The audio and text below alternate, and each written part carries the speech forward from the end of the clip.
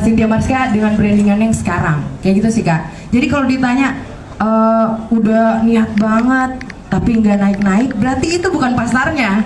Viewers kamu tuh bukan pasarnya, bukan pasar yang menikmati video sinematik.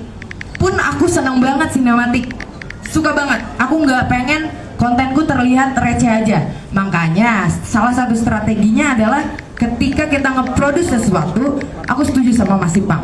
Kejar passion lo apa yang lo mau, apa yang lo inginkan. Ketika itu udah dapet, aku emang tahu followersku sukanya aku yang ayah nasib juga nuka bedil bla bla bla atau yang lain hal ya.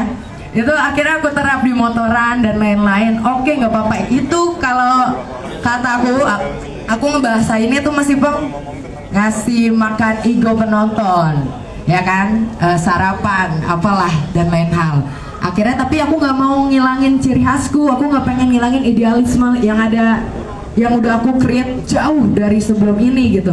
Sampai akhirnya biasanya gimana cara strateginya? Aku pilih untuk, kalau emang kamu ngejar viewers dan lain-lain, aku pilih untuk yaudah, aku tahu yang mereka inginkan seperti ini. Dari 5 videoku, ada 3 yang buat mereka, ada yang 2 yang buat aku sendiri. Jadi ketika itu viewersnya tidak udah aku buat seproper mungkin dan nggak bisa ngasih makan mereka, bodo amat. Tapi aku bisa ngasih makan egoku sendiri. Akhirnya dari situ ya muncullah apa ya, salah satu rasa yang menurutku akhirnya nggak jadi sia-sia. Mungkin kan selama ini kamu jadi ngerasa kayak, aduh kayaknya gue kontennya jadi gini aja. Jangan, lu kehilangan karakter lu. Dan seorang yang mau maju di dunia sosial media, gue rasa harus punya karakter sih. Seperti itu Kak. Terima kasih ya Sabrina, semoga menjawab gitu. Sukses Sabrina, Ladies Good keren banget. Tepuk tangan dulu dong buat Sabrina. Siapa Sister Good? Iya, maksudku kamu salah satu bagian dari Ladies Good, gitu loh. Kan kita panggilan untuk Ladies Good, buat skuteris cewek Ladies Good ya. Mantap, semoga kita bisa riding besok. Ditunggu konten-kontennya. Terserah mau diproperin atau mau dibuat nyeleneh, tapi kita bisa lihat eksekusinya besok. Insya Allah kalau memang menarik, kita bisa kolaborasi pos. Gitu Mas Ipang. Mas Ipang nih kayaknya ini banget ya, tegang banget. Jadi kayaknya aku harus duduk di samping Mas Ipang. Izin ya Mas Ipang ya. Karena mati, maaf ya ini teknis. Jadi, oh ya, by the way aku mau ngucapin dulu terima kasih buat Bayu yang udah nge-support perjalanan kita. Mungkin kalau nggak ada Bayu aku nggak bakal di Surabaya. Mungkin kalau ke Surabaya juga cuma makan soto. Soto. Enggak, ini enggak. Terima kasih juga buat komunitas Persepsi, terima kasih buat Mas Ipang dan PWO-nya. Dan sebenarnya acara kita di sini kenapa sih akhirnya milih untuk, yuk Mas kita buka forum atau bedah konten lah untuk berdiskusi. Harapanku seperti ini Kak. Jadi sebelum kita nantinya riding, kita at least tahu lah pembekalan yang mana nantinya bakal memudahkan kita untuk mengonten atau meningkatkan kreativitas yang ada di dalam diri kita lewat kolaborasi atau diskusi seperti ini. Seperti itu. Mungkin kalau mau dilanjut, Mas Ipang masih ada yang mau disampaikan? Tadi kita aja sih. Gimana? Tadi kan kalau memang masalah audiovisual secara teknis. Yes. Kalau teknis, pertanyaan teknis oke lah aku jawab. Tapi jujur tadi aku nggak bisa jawab karena media sosial nih. Ini ada Kak Cynthia yang dia analisis ke situnya sebenarnya. Sengaja mancing. biar keluar ya.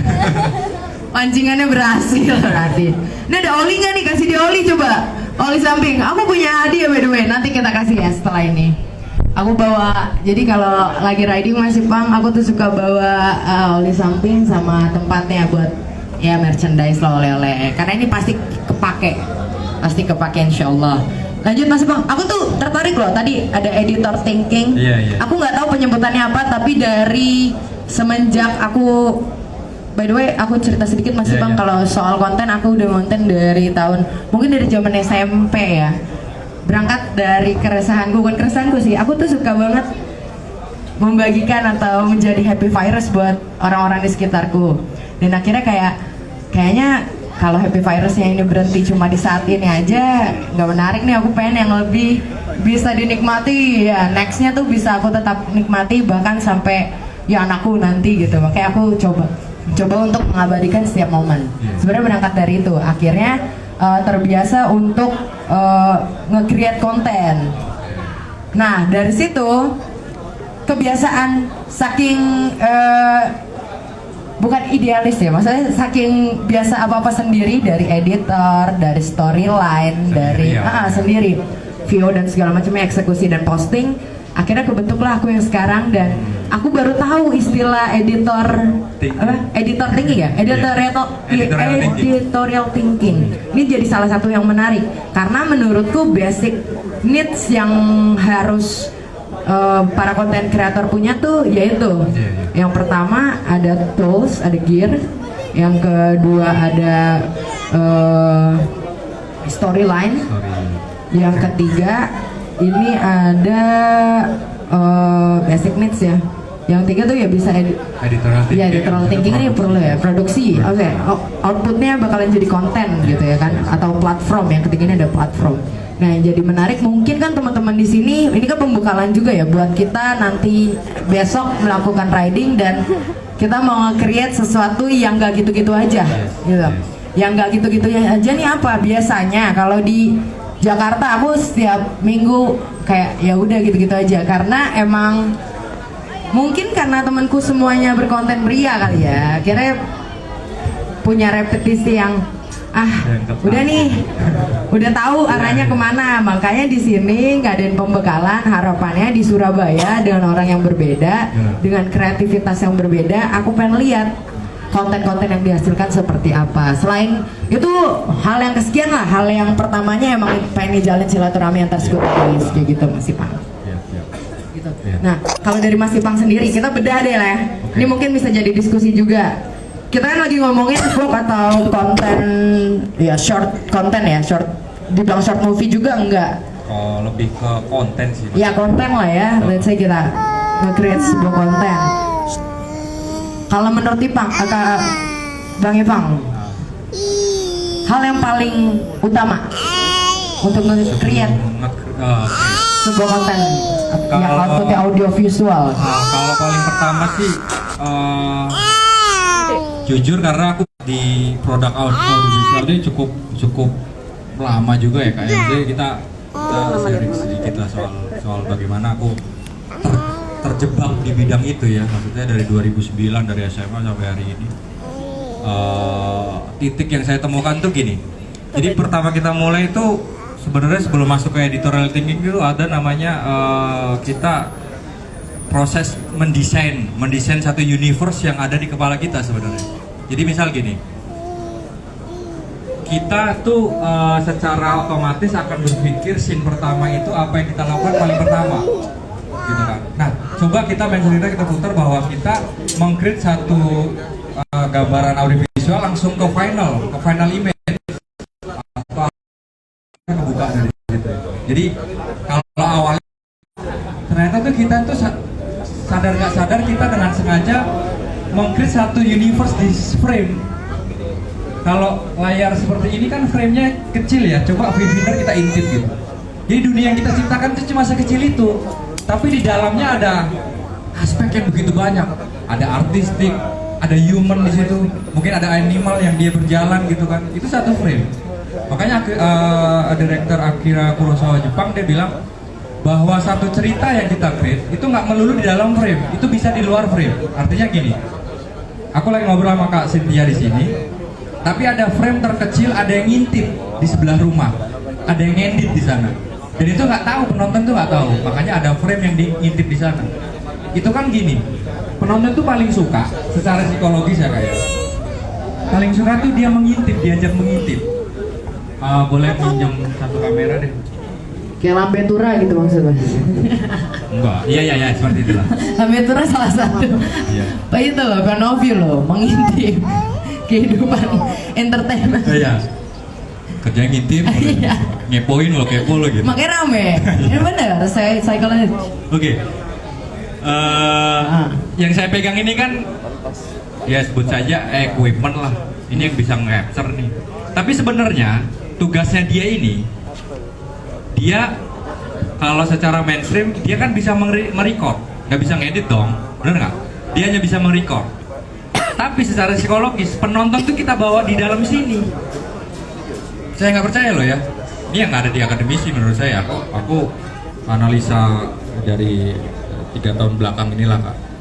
Jadi mau nggak mau penonton kita masuk ke Vivander sini, kita intip. Nah, bagaimana penonton nyaman kalau kita nggak bisa memposisikan diri kita menjadi penonton? Makanya seorang direktur fotografi, aku dikasih kesempatan ngedirect film ya, aku ngomong gini, Pak Dipi, Mas Dipi, aku nggak mau ya mata dan jiwamu tuh yang ngopret kamera ini, biarkan penonton yang ngopret ini. Artinya apa? Sekarang psikologis penonton tuh suka mengintip. Nih adegannya, dia pasti candid. Misalnya ada kita ngomongin imajinasi ya sebentar. Ada satu rusun tinggi, terus ada seorang cowok gitu kan habis mandi gitu kan. Terus ada cewek lagi jemur tuh baju gitu. Gak mungkin secara psikologis terang-terangan tuh ada jemur baju tuh cewek gitu pagi-pagi dia langsung begini, ceweknya kabur dong. Penonton sama, intip aja dulu. Karena apa? Karena si subjek yang kita ambil gambar secara capture, secara organik, dia nggak tahu siapa yang lihat aku. Gitu. Itu secara psikologis ya. Maksudnya gimana kita bisa bikin satu kenyamanan ke penonton kalau kita nggak bisa nyaman diri kita di bidang kita gitu. Itu masuknya ke psikologis ya kayak. Tapi itu jauh perlu digali lagi sebelum kita roll kamera, roll and action sebenarnya. Bahkan aku dikasih kesempatan kemarin ke Astradain Mencuri Raden Saleh itu, saya menemukan banyak satu kisah peristiwa tuh gini. Universe yang sengaja kita ciptakan kalau bisa seorganik mungkin. Jadi kalau kalian duduk ini siapa yang ngederek? Pertanyaannya. Siapa yang ngurusin wardrobe? Siapa yang ngurusin topi? Siapa yang ngurusin celana? Tapi kalau film kok bisa? Kamu masuk sini ini nanti naik motor warnanya motor ini, bensinnya lu isi segini gitu kan. Tapi sadar nggak sih sebelum kita berangkat rumah tuh siapa yang ngederek kita? Berarti kan ada satu psikologis yang perlu kita dalamkan sebelum kita nge-create satu proses, bukan proses syuting tapi proses penciptaan itu sebenarnya. Karena dia lahir dari proses nol, dari ide. Makanya ide itu butuh inkubasi. Tenangin diri dulu nih, gue mau bikin apa? Oh vlog, target gue kemana? Kamera yang aku gunakan apa? Penonton kalau lagi ke vlog di motor, tak guncang kameranya nyaman gak sih? Tuker aja posisi. Kamu naik motor, kamu lihat kamera, terus kamu jadi penonton, kan gak akan nyaman. Nah itu kan perlu ada satu mirroring psikologis di situ. Itu sih paling dari aku ya kayak mungkin awalan sebelum kita proses penciptaan. Karena proses penciptaan nggak ada yang namanya instan, nggak ada yang namanya menurut saya ya, menurut subjektifnya saya ya, karena saya bahasa-bahasa yang saya gunakan bukan bahasa akademisi gitu. Saya bahasa-bahasa ilmu terapan yang kadang saya sampaikan di satu workshop. Jadi kita lupakan dulu satu equipment, kita lupakan apa itu subjeknya, kita lupakan apa itu namanya bentuk produk produksi seperti apalah, kecil atau besar, atau mungkin effort yang dipakai besar dan enggak, atau misalnya bahasanya ecek-ecek atau produksi yang biasa aja, kita lupakan itu dulu. Tapi bagaimana kita sampai hari ini tuh sebenarnya kita mau nge-create apa sih? Disuruh nge-create apa sebenarnya? Karena saya pernah satu momen ketemu satu direktur sama Fajar Nugros di film Baradaisa, saya nanya ini. Kalau seorang penulis nih ya kak ya, ini sebagai penutup habis itu Q&A lah. Saya nanya gini, Pak, kalau Bapak yakin Bapak 100% yang nulis, terus 100% itu apakah Bapak bisa menjamin ketika tulisan itu sudah dia nggak bisa jawab. Karena apa? Karena dari proses penciptaan itu dia nggak bisa ngomongin 100% bahwa ini keluar dari aku, nggak bisa. Nah kan, akunya itu ditanyakan, yakin kamu? Nah ketika bisa nulis kan proses, kita recall dulu tuh sebelumnya tuh dari SMA, kita menemukan bahasa dinding kita tahu gitu. Nah makanya kenapa kita dengan sengaja diajarkan ketika mata kita dibuka ini satu jadi kamera dong. POV-nya point of view-nya Ipang lihat kakak siapa? Sasa. Sasa. Ipang lihat Sasa. Ini tulisannya ya. Ipang lihat Sasa. Berarti penonton lagi medium shot, Ipang lihat Sasa. Ada di satu pertama. Terus ada tulisan gini. POV Ipang lihat Sasa. Berarti kameranya ditaruh di depannya Ipang, ngelihat langsung ke Sasa. POV, point of view. Point of view, ya kan? Atau ada kalimat yang ketiga, kita melihat Ipang melihat Sasa. Kita berarti ada wide shot dari atas tuh melihat secara candid, nggak secara frontal begini, ada candid. Nah itu kan bahasa-bahasa yang perlu ketika kita mulai proses penciptaan ini kan kita tanya penonton tuh nyamannya seperti apa sih? Tuh. Itu sih kalau dari saya. Oke, jadi penonton, jadi kita harus tahu ya penonton tuh maunya yang kayak gimana sih. Makanya aku tuh menarik kalau ngeliat ngebahas ini kayak Pang. Jadi ini juga fenomena di TikTok ya. Yeah. Mungkin kalau dikaitkan sama di sosial media, ini fenomena, salah satu fenomena di TikTok yang mana konten-konten dari fancam itu algoritmanya subhanallah gitu. Besar sekali. Mungkin karena yang tadi masih Bang jelasin. Ini tuh yang emang angle-angle yang pengen dilihat penonton gitu. Yang akhirnya jadi ya kalau kita tarik ke belakang lagi emang relate sama apa yang penonton inginkan kayak gitu. Oke, aku setuju apa yang masih Bang bilang.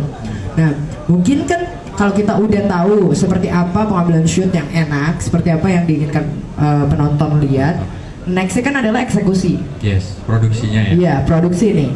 Mungkin ada beberapa, kalau di film kan pasti banyak tuh ya A, I, U, E, O-nya. Cuma alhamdulillahnya ketika terjun di dunia content creator, ini dipersingkat. Yes. Semua diringkas. Makanya timbullah muncul segala sesuatu yang serba instan. Yes. Tadi sama Kak Sabrina ya, pertanyaannya kasih Sabrina nyambung ke sana. Nah, mungkin kalau sudah itu bisa dilanjutin. Kalau dari aku, dari segi content creator, jelas itu yang aku pikirkan pertama. Yang kedua adalah aku harus punya pikiran nanti Sunmori-nya golden scene-nya apa ya, gitu. Sedangkan kita nggak bisa nebak nanti apa yang terjadi di jalan tuh kita nggak tahu. Tapi at least aku udah punya, oh kayaknya aku mau konten sama sister apa Kak? Sister Scoot. Ya, mungkin jadi salah satu golden scene-ku bareng mereka nih. Aku pengen nge-highlight Lady Scoot yang ada di Surabaya, kayak gitu mas. Sampai akhirnya kalau kita udah nge-create suatu storyline atau peluru-peluru yang penting, itu kita keep. Yes. Barulah ke editorial thinking. Editorial thinking, ya, iya tuh. Nah, yang menariknya lagi kalau masih Pang dari dunia film itu editorial thinking pasti step yang keberapa? Wah itu jauh kan? Jauh banget kan? Jauh banget. Tapi kalau di dunia content creator menurutku editorial thinking itu awalan mas. Menurutku awalan. Setelah aku tahu storyline, sikat.